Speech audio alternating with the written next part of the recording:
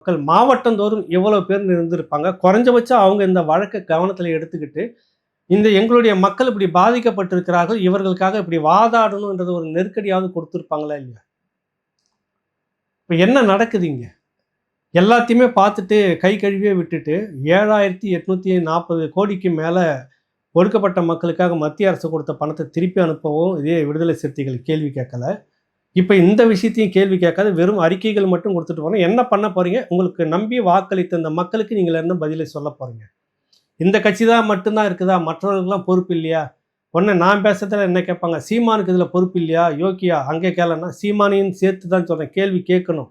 எல்லாருமே தான் அதுல கேள்வி கேட்கணும். எல்லா கட்சிகளுமே அது கேள்வி கேட்கணும்.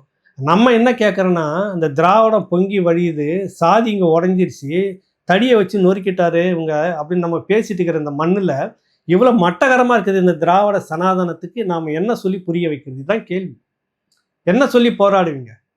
அட்டவணை பிரிவு தலைவர்கள் இருக்கிறாங்க, கையாலாகாத இருக்கிறாங்க. எதிர்க்கட்சியில இருக்கிறாங்க. அதிமுகவுல பூவை மூர்த்தியார் இருக்கிறாங்க. ஆதரவு தளத்துல ஏர்போர்ட் மூர்த்தி இந்த மாதிரி கேட்டுட்டு இருக்கிறாரு, பேசிட்டு இருக்கிறாரு, சொல்லிட்டு இருக்கிறாருன்றதுக்காக தான் வழக்கு போட்டு நீங்க அவரை அடிச்சத இவர கொடுமை வேற ஒண்ணும் இல்ல. இது நடந்திருக்கு. வேற எங்கேயுமே நடந்திருக்காது. இங்க தான் நடக்குது. நீங்க தான் வழக்கு கொடுத்து இந்த பக்கம் உள்ள அனுப்பிச்சு விட்டு இன்னும் வெளியில வர முடியல. 2 மாசத்துக்கு மேல ஆச்சு. அப்ப இருக்கிறது இன்னும் மிஞ்சி இருக்குது ஆளுங்கட்சி தரப்புல நீங்க தான் செல்வாக்கா உள்ள உட்கார்ந்துட்டு இருக்கீங்க. நீங்க இல்ல கேட்கணும், நீங்க இல்ல போராடணும் ஒடுக்கப்பட்ட மக்களுக்கு எதிராக. 135 பெண்கள் பாலியல் வல்லுறவு செய்யப்பட்டிருக்கிறார்கள். 100 பெண்கள் சிறுமிகள், அதுவும் 17 வயதுக்கு கீழே இருக்கிறவங்க. மீதி 35 பேர் தான். அதுலயும் இந்த மாதிரி தீர்ப்பு வழக்கு இப்படிதான். ஆக ஒரு முதன்மை இடத்துல இருக்குது.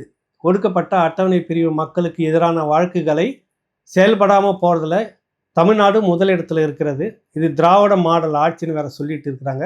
அதிமுக ஆட்சி எடப்பாடியார் அவர்கள் இருந்த அந்த கடைசி கட்டம் வரைக்கும் இப்படியான ஒரு பெரிய பேரழிவு இல்ல, ஒரு சீரழிவும் இல்ல.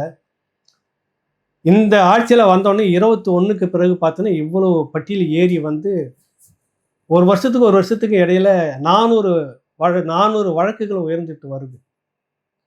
இத சொன்னா அவங்க கேட்கறது, இது யார் செய்றாங்க? தமிழ்நாடு முதலமைச்சர் மு.க. ஸ்டாலின் கடைசி வரைக்கும் பேசவே இல்ல அறிக்கை. தோழர் எம்பி நான் கேட்கறது என்னன்னா, உகாண்டா அதிபர் இது அந்த நாட்டுல இருந்துகிட்டு ஆட்சி செய்றாரா? நீங்க கோரிக்கை வைக்கிறது உகாண்டா அதிபருக்கு வைக்கிறீங்களா? வேற ஏதோ ஒரு நாட்டு அதிபருக்கு வைக்கிறீங்களா?